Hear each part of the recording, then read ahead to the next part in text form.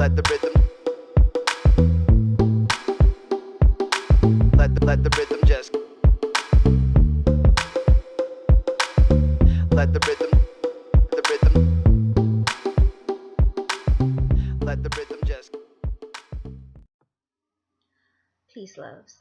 I am Dr. Coleman, and today's video is on the topic of the negative environmental influences that can prevent Black women from breastfeeding. As an overview, let's start with why environmental influences are important to consider when we think of Black women in the community breastfeeding. The first aspect is that this is the community, this is our home. So if we're not comfortable at home, then the likelihood of us breastfeeding diminishes. We are less likely to breastfeed or less likely to continue to breastfeed when we don't have community support. Now, to think of community support, you would have to consider, your healthcare infrastructure. You have to consider that your access to healthy food choices. You have to consider how the tone of your community. Is your community one that supports natural health and natural breastfeeding? Another thing to consider is employment options or employment policies. Say you are breastfeeding and you decide to go back to work. Is your employer or is your corporation, is the company that you work for conducive or supportive to mothers that breastfeed or mothers that are breastfeeding? These are the four things that I think are important to consider when we're looking at environmental or structural influences in our community when it comes to Black or African American women or African women breastfeeding. Now let's dive into healthcare infrastructure. What type of access does the mother have to quality healthcare services? Meaning, does she have a physician that actually cares about her health or cares about her concerns about her health? Let me just tell you a story. I was referred to a phenomenal doctor, and I say phenomenal. I had absolutely no idea if she was phenomenal or not. I never got to meet her, but I was referred to this phenomenal doctor. My family and I went and sat in her office or sat in the waiting room of the clinic for almost 2.5 hours. We were never even called back for vitals. Okay? Now, I don't think that that is a quality doctor that any mother should have, because the reason why we didn't see that doctor is about an hour into our waiting visit, I watched the doctor leave. Now, I had no idea where she was going. She could have been going to get her mail. She could have been going to get some water and coming back in through the back door. I have no idea. But I watched her walk out of the clinic. She didn't come back. Only to be told about an hour and a half later that she had got called into labor. Now, that is totally understandable. However, you do not leave your patients just sitting in the waiting room with no word, no action, no whatsoever. And I know I was pregnant. I can't speak for the other women that were in the room, but I know I was pregnant at the time. Who wants to spend 2.5 hours of their day, that's their pregnant day, waiting in the waiting room, and you never even get to see the doctor, you never get called back for your vitals, nothing. So in my opinion, that is not a doctor that that provides quality care. That's just me. Now, we have doctors that don't listen to their clients either, because my next doctor, and I think this happens with whatever doctor you have, whenever you're a new patient, you have to go through this tug of war with your physician to make sure that you guys are on the same page. So with my next physician, we go through that whole bout of the I'm vegan and I don't take medication, and the physician not listening and doing what she wanted to do. But after I resisted, after I put my foot down a number of times, after I've written some grievances. Then that doctor and myself sort of got on the same page. We built a rapport. Now we have a great relationship. Okay? So this is how you have to look at healthcare infrastructure. Now, is the mother able to do this back and forth with the doctor? And if she's not able to do the back and forth with the doctor, if she's not able to find a quality physician that she's comfortable with, or one that supports her in her needs and her wants for a healthy baby, does she have an immediate family member or immediate person, supportive person that can step in on her behalf? Now, when we look inside of the African American community, we don't have too much of that. Usually we're there by ourselves because everyone is working. Everyone is either working, everyone is either sick, everyone is either busy, everyone has something to do. So it's very hard to find, that trusting person that will be able to speak up for you on your behalf when you're not able to make sure that you're getting the services that you want, that supports you in the health of your baby.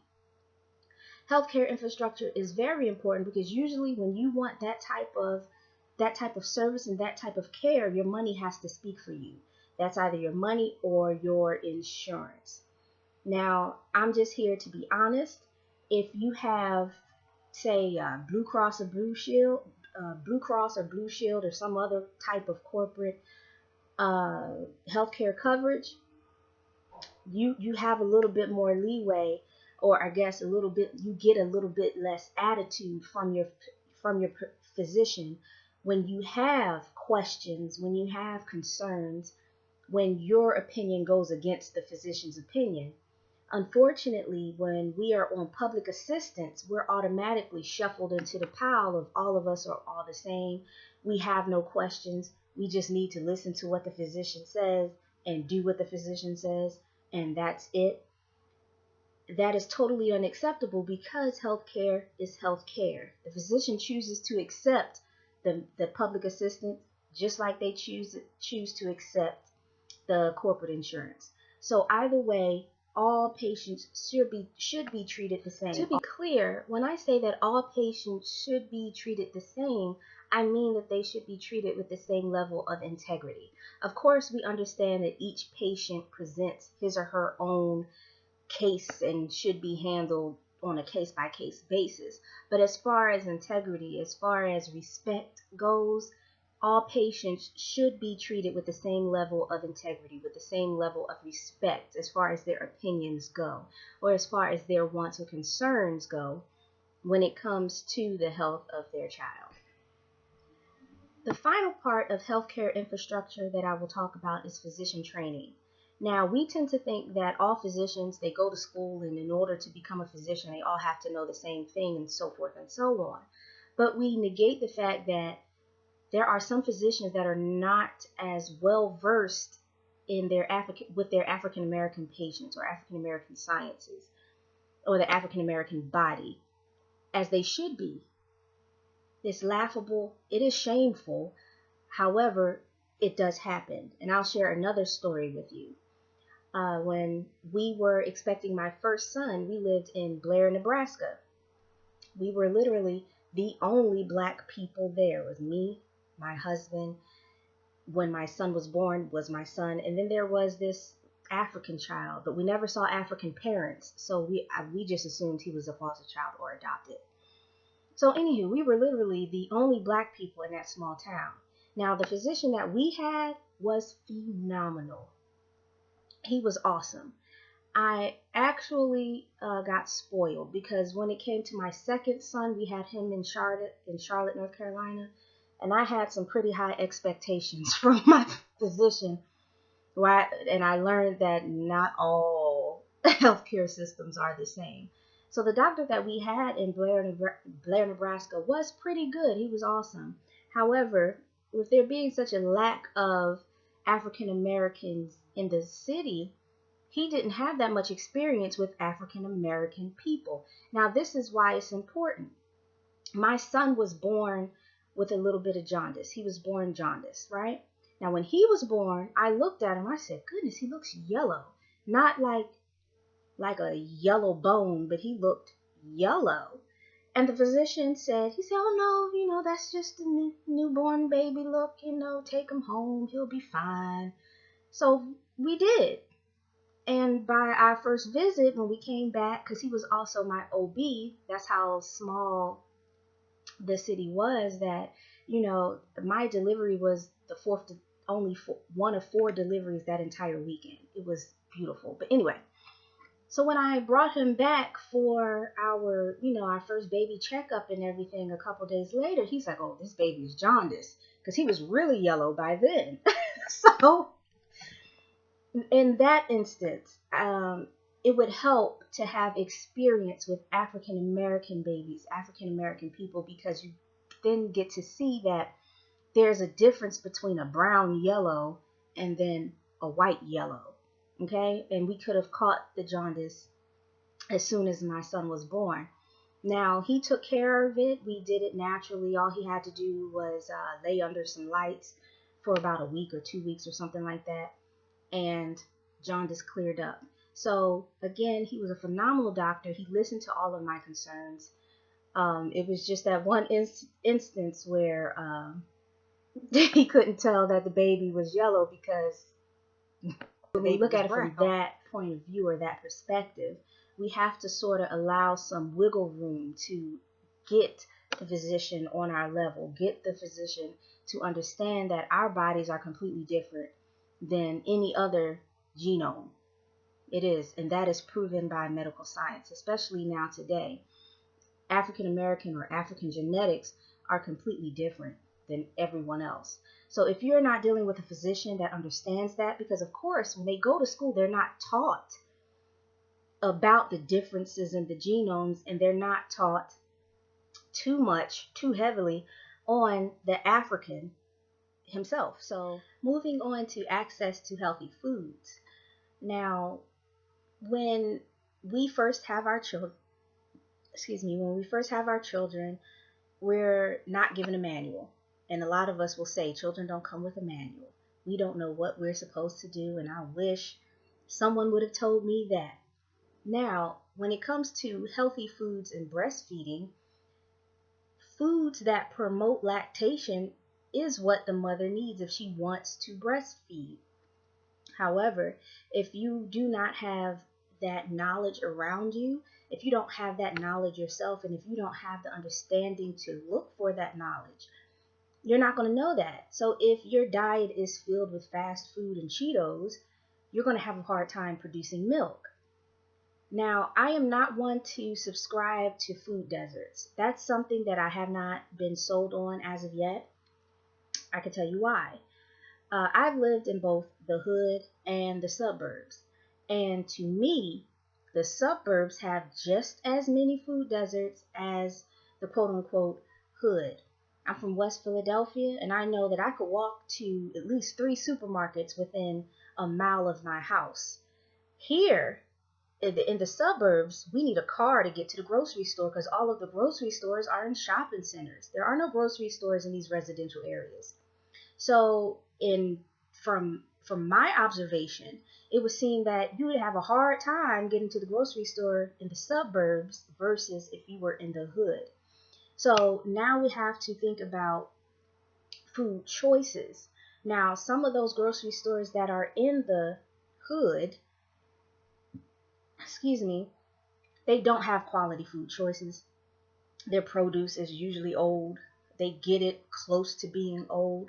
So unless you have the knowledge like my grandmother did, she worked, or she sort of talked her way with the guy in the produce department, to where whenever they got fresh or new shipments, I would say new. I'm not going to say fresh, because those shipments were not fresh. So I'll stamp that, because they were not fresh. They only had about a day or two left in them. But whenever they got new shipments of produce, he would call my grandmother, and she would be up in the grocery store getting the first picks of whatever they had available. Like I said, a lot of it was not fresh. I'd say all of it wasn't fresh. But at the same time, I grew up on vegetables because I was raised by my great grandparents. But I grew up on vegetables, so I grew up understanding the necessity for vegetables. Not every family is like that. And now being or living in the suburbs, like I said, if you do not teach your children to, when you go shopping, when you drive to that grocery store about 2 miles away, 2, 3 miles away to that grocery store, if you're not teaching, if no one's teaching you that fruit, vegetables, lots of water intake is required, that's a necessity for health, period. Not even speaking on breastfeeding, that's a necessity for health. If no one's teaching you that, then you're not going to have that understanding, or not even going to have the taste for healthy foods once you get old enough to have your child, and now you're considering breastfeeding. So we have to look at that dynamic as well, the quality of foods that's in our communities. Now, while we're on the topic of healthy foods and access to healthy foods, I do want to point out that now you want to be researching. New moms, you want to be on your computer, your phone, whatever, forever researching these foods, because now we're learning that just because we've been told it's healthy is not necessarily healthy for the African. Again, this speaks on how different our bodies are in comparison to other genomes. So I want to point that out. I'm not going to go too much into it because then this will become a nutrition video. And maybe I could talk about it a little bit later. But we have to start researching the foods and vegetables that we are eating, because just because we think it's healthy, like broccoli is not healthy for African American people, at least not the broccoli that's grown here, because of its nitrogen content. Now I will briefly touch on employment culture or employment policies or your employment environment once the mother decides to return to work.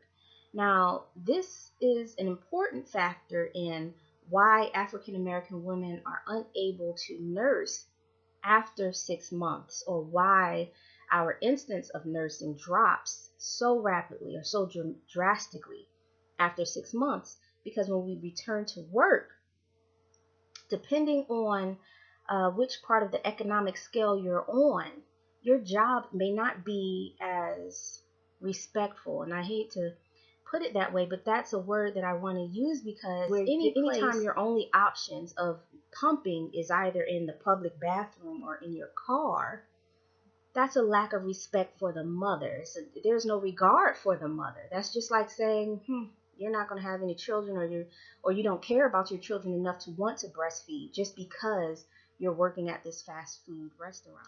I do not believe this is completely true or completely accurate, because in my opinion, if a mother chooses to breastfeed in the beginning, I believe it is her intentions to nurse as long as she possibly can. So this is where we tie in community support.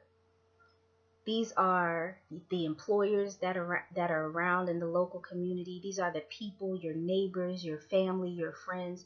How supportive is your community, or how supportive is the mother's community when it comes to her will and her desire to breastfeed her babies? Now, granted, there are some ignorant people. People don't like nursing. People don't want to see nursing, so forth and so on. I get it. But is your community, or is that mother's community, saturated with that ignorance? That hinders the mother's will and ability to even want to continue to breastfeed. She may feel bad because she's breastfeeding. And then we go back to that supportive role. If she doesn't have these supportive people around her supporting her efforts to want to feed and nourish her baby, what will be left of the mother? Or at least what will be left of her abilities to nurse? When we look at these instances when you're walking down the street with your baby and you're nursing, you have to feed your child, right? So if the mother is not strong enough to not care, then we'll have a mother that taps out on nursing every time. And then, of course, we'll continue to see this decline. Wherever you live, we have these fast food places that may not be respectful to these mothers in allowing them to pump for their children, giving them the option of pumping in the bathroom or in their car if they have a car. It is then our job as community members, when we know this, we are supposed to attack these businesses, because at the end of the day, a mother is a mother. You're a mother by nature. You're employed by necessity or choice. So you should not have to give up your natural rights just to keep a job. And especially a job that doesn't respect you enough to give you the option of being dignified when you're trying to feed your baby, to provide the nourishment that all children require. And then when you look at the CEOs of this company, their wives and their children do not have to be subjugated to this type of abuse. They don't have to make that choice. They can go to clean facilities and nurse, or they can stay at home and nurse. Whatever the case may be, it is then our job as the community to defend these mothers and try to appease to these corporations that maybe you could have a small break room, a small closet, a small something for these nursing mothers to return to be able to pump, of course, considering that their job is still available when they return, because in some states they don't have to keep the mother's job if she goes on maternity leave. They can fire her, or they can replace her with someone else, and hopefully her job or a job is available when she chooses to go back to work. Here is a topic that I will inject into this conversation. I do not believe that it is a repeated staple or a repeated bullet point that is always recurring in our community. However, every now and then we see these spikes in these vulture third-party companies that are attacking or preying on lower income African American women for them to sell their breast milk. Now we can speculate the why behind why they're doing it. That's not my job. I'm not here to speculate. I am here to simply say, if we are going to be supportive of the African American woman breastfeeding, we need to stop this mess. Don't get me wrong, not all women or not all mothers are aware of the harms or dangers or consequences or sacrifices that comes with selling her baby's milk, her baby's nutrition. So it is our job to at least make her aware, encourage her to be strong, encourage her not to do it, try to help her in any way that we can. Keep her uplifted, keep her motivated. That's pretty much all I can say. That's all I have for you today. If you haven't already, make sure you go follow us on Instagram, like the Facebook page, join the Think Fresh Wellness Facebook group. Every day I post a discussion question as far as breastfeeding is concerned, and today's question was directed to the fathers. So I look forward to hearing the fathers' feedback. We have some great responses so far. Keep them coming. If you have questions, feel free to shoot them to me directly. If you would like a consultation, feel free to schedule that directly. My information will be left in the information section of this video. Tomorrow's video will be on anxiety and depression, how to help our mothers get through it to make sure that they continue to breastfeed. It's scary, it's rough, I know, I relate. Until next time, peace.